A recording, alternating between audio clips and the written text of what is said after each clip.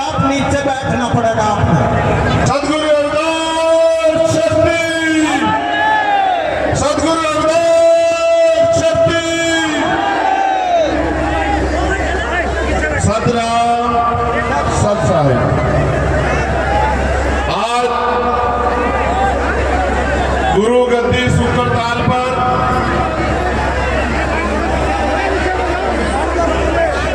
महात्मा ज्ञान भिक्षुदास जी की 64वीं पुण्यतिथि पर इस ऐतिहासिक धरती को नमन करने आए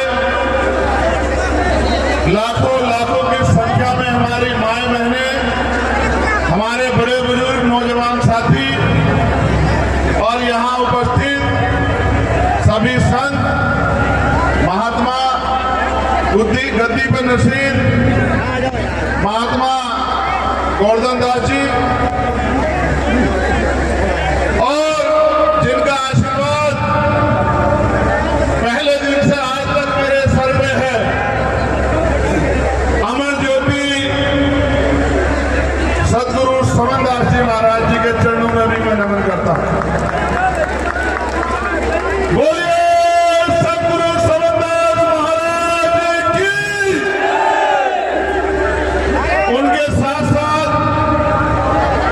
धरती पर आप बैठे हैं, जिनके नेतृत्व में ये खरीदी गई, मास्टर हरि किशन जी के चरणों में भी मैं नमन करता हूं। आज वो इस दुनिया में नहीं। आज हम यहाँ शांति से बैठे हैं, लेकिन इसको तैयार करने में बहुत बड़ा योगदान है। और जितने भी रविदासिया धर्म के इस मिशन को आगे बढ़ाने वाले हमारे संत गुरु और गुरु प्रेमी गुरुमुखी जितने यहाँ में, उनको भी धन्यवाद देता हूं, उनके प्रति चरणों में भी नमन करता हूं। सम्मानित इस सत्संग में उपस्थित कई प्रदेशों से आए सदगुरु जी के प्यारे संगत में बैठे सत्संगियों, मैं चंद्रशेखर आजाद,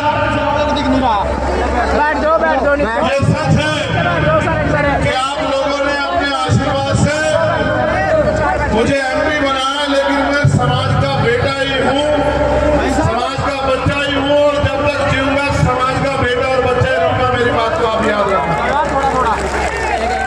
आज हम यहाँ उपस्थित हुए हैं, मैं आपको अपने दिल की बात बताता हूँ। मेरे पिताजी और मेरा पूरा परिवार मेरे घर को 2 घर छोड़ के सदगुरु रविदास जी महाराज का गुरु घर है। मैंने उनके अलावा किसी दर में मत्था नहीं टेका पूरी जिंदगी। अगर किसी दर में टेका तो सदगुरु रविदास जी महाराज के गुरु घर में मत्था टेका, और उसका क्या सिला मुझे मिला और उनमें कितनी शक्ति है, उसका उदाहरण चंद्रशेखर आजाद आपके सामने खड़ा है। आप लोग डरना बंद कर दो और इधर उधर जाना बंद कर दो, अपने गुरु घरों में जाओ, सब कुछ ठीक हो जाएगा। ये अच्छे लोग नहीं है जो डिस्टर्ब कर रहे हैं। सत्संग की गरिमा को बना के रखो। हमने अनुशासन में रहना सिखाया है, अनुशासन में रहो। आज भी मेरे याद है, जब भी कहीं सत्संग होता था, सदगुरु समन दास जी महाराज मुझे फोन करके ये भी नहीं पूछते थे कि मैं कहाँ हूँ, मैं दुनिया के किसी कोने में हूँ, देश के किसी कोने में आदेश देते थे, भाई परसों सत्संग आ जाइए, और मैं कहता था महाराज जी पहुंच जाऊंगा। ऐसी उनकी कृपा थी कि अपने आप सारी व्यवस्था हो जाती थी और मैं सत्संग के टाइम पे सत्संग में पहुंच जाता था। हमारे तमाम जो जिम्मेदार लोग हैं वो जानते होंगे, मैंने बहुत सारे सत्संग हजार किलोमीटर की दूर से आके पूरे किए, क्योंकि उनका आशीर्वाद जब कोई कहता था, जब वो गुरु गद्दी में बैठते थे कि इनके सर पे हाथ रख दो, तो गुरु जी गुस्सा होकर कहते थे कि हाथ क्या, मेरा पूरा आशीर्वाद इसके साथ, और एक दिन पूरी दुनिया में समाज का नाम रोशन करेगा। इतनी जोर से चिल्ला के वो कहते थे। और जिस दिन वो इस दुनिया से गए, पूर्ण हुए, ऐसा लगा कि सब कुछ रुक गया हो। लेकिन मैं धन्यवाद दूंगा इस गुरु गद्दी पे नसीर जो महाराज गोवर्धन दास जी जी हैं, उनके सहयोगी ने भी इस मिशन को फिर से खड़ा कर रखा है। मैं उनके चरणों में भी नमन करता हूं। मेरा आपसे कहना है, मेरा आपसे कहना है, सदगुरु रविदास जी महाराज कोई साधारण गुरु नहीं थे। उन्होंने जो कहा दुनिया में उसकी कोई तोड़ नहीं है। 600 साल पहले वो जो कह के गए, जो दर्शन उन्होंने दिया, विरोधियों ने उस दर्शन को दुनिया के बीच जाने नहीं दिया। अगर उनके विचार दुनिया के बीच चले जाते, क्योंकि दुनिया में व्यक्ति राज नहीं करता, विचार राज करता है, और जो विचारों से जुड़ जाता है उन्हीं का राज आ जाता है।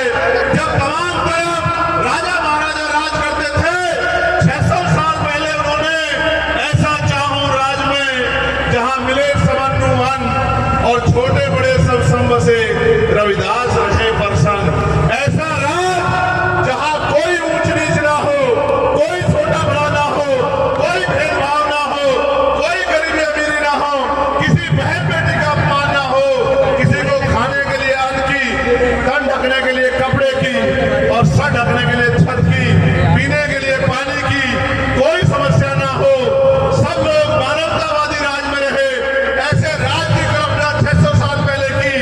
अगर ये राज की कल्पना जो लोग उस समय के सत्ता में स्थापित लोग थे कोई कर देता तो पूरी दुनिया में जय जयकार होती। लेकिन हमारे गुरु जी को और उनके विचार दर्शन को बहुत लंबे समय तक रोकने का प्रयास किया गया। मैं तो धन्यवाद देता हूं हमारे सिख भाइयों का कि उन्होंने गुरु ग्रंथ साहिब में सदगुरु रविदास जी वाणियों को सबसे ऊपर रखा, उनका इतिहास जिंदा रखा। और सदगुरु जी ने कहा मैं समाज को भी संदेश के तौर पे कह रहा हूं, और बात सुनना आपको समझ आएगी। एक बार संगत ने सदगुरु जी ने पूछा कि गुरु जी हम इतनी मेहनत करते हैं, पसीना बहाते हैं, तमाम तरह के संघर्ष करते हैं, जमीन का सीना चीर के फसल उगाते हैं, फिर भी हम गरीब बेबस लाचार क्यों हैं? तो सदगुरु जी ने कहा तिरुपत एक से सुख सूता, सपनों भयो भका भिकारो, अचरज रात बहुत दुख पायो, सोगत भई हमारो। इसका मतलब ये है कि इस देश में हमारे जो पूर्वज थे वो सुख शांति से अपने जीवन को जीते थे, राज में जीते थे। लेकिन जिसे सपने में आदमी सो जाए उसका सामान चोरी हो जाए, इस तरह बाहरी आक्रमण यहाँ हुआ और हमारा राजपाट हमसे छीन लिया गया। जिनका राजपाट इस देश में होता था, आज बुरी बात है मुझे संतों के बीच में कहना पड़ रहा है कि आज उनकी बच्चियों पे भी जुल्म जाति की जाती है, मूछें रखने पे, पगड़ी पहनने पे उनके साथ जुल्म किया जाता है, यहाँ तक कि घोड़ी पे बैठने पे भी जुल्म किया जाता है।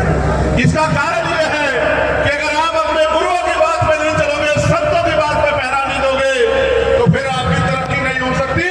आप किसी के बाप को बाप कह लो, लेकिन अगर आप अपने बाप को बाप नहीं कहोगे तो आपका उद्धार नहीं हो सकता। मेरी बात को आप याद रखना। सदगुरु जी ने कहा रास्ता बताया, मैं आपको कह रहा हूं इस रास्ते पर चल जाओ तो आपका जीवन पार हो जाएगा। सदगुरु जी ने कहा कि रविदास मानुष करी बसन्नु, सुगर है दो ठाव, एक सु स्वराज माही दूसर मनगट गाओ। कि अगर सुख शांति का जीवन जीना है, इज्जत सम्मान का जीवन जीना है, तो दो ही रास्ते हैं। पहला स्वराज माही अपना राज लाओ, और अगर राज नहीं ले पाए तो सुख शांति मिलेगी मरने के बाद शमशान घाट कब्रिस्तान में। अगर जीते जी चाहिए तो स्वराज लाओ, अपना राज लाओ। आज देखो लाखों की संख्या यहाँ है, तो मुझे कल ये बताना कि आपकी जिंदगी में सब अच्छा हो गया है क्या? सब अच्छा तब होगा जब आपका राज आएगा। और मुझे कड़वे शब्दों में कहना है, महाराज जी यहाँ बैठे हैं, महाराज जी किसी और का सिस्टम होता है, ऐसी व्यवस्था होती कि पत्ता नहीं हिलता। ये प्रशासन के लोग हमारी हैसियत नहीं समझते हैं। कितने लोग यहाँ कहीं न किसी गद्दी में इकट्ठा होते होंगे और वहां 40-40, 100-100, 200-200, 500-500 पुलिस वाले लगते व्यवस्था करते हैं।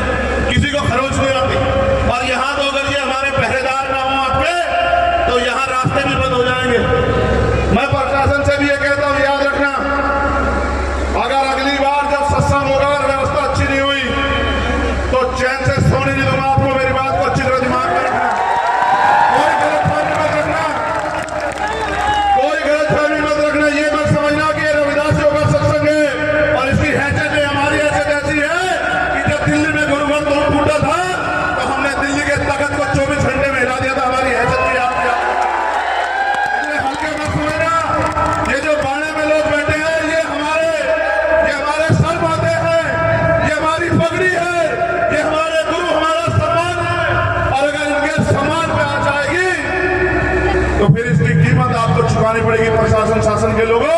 ये बात आप याद रखना, मैं व्यवस्था देख के आया हूं। अगर हमारे लोग जिम्मेदारी ना उठाएं तो ऐसा लगता है कि आप कुछ भी नहीं हो रहा है। ये बहुत गलत बात है। ये हम भी टैक्स देते, दुरा नहीं चलने देंगे। अगली बार सत्संग होगा तो व्यवस्था ऐसी होगी जैसी दूसरे लोगों के लिए होती है। और हमें किससे बुराई नहीं, उनके लिए और अच्छी करो। लेकिन हमारी माए बहनें सड़कों पर परेशान हो रही है, पानी में तमाम परेशानियां, रास्तों में ये रास्ते भी नहीं बने। ये हमारी गुरु गद्दी है, इसका इतना मान है कि चाहे तो सत्ता को इधर पलट दे और चाहे सत्ता को इधर पलट दे। आप जानते नहीं हमारी गुरु गद्दी की ताकत को। मैं आपको एक जानकारी और देता हूं।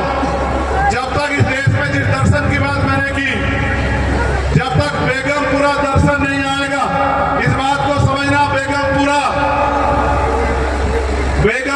शहर बसाओ, बेगमपुरा शहर बसाओ। सतगुरु जी ने कहा बेगम का मतलब है बिना गम का राज, जिस राज में किसी की जिंदगी में कोई गम ना हो। जब तक बेगमपुरा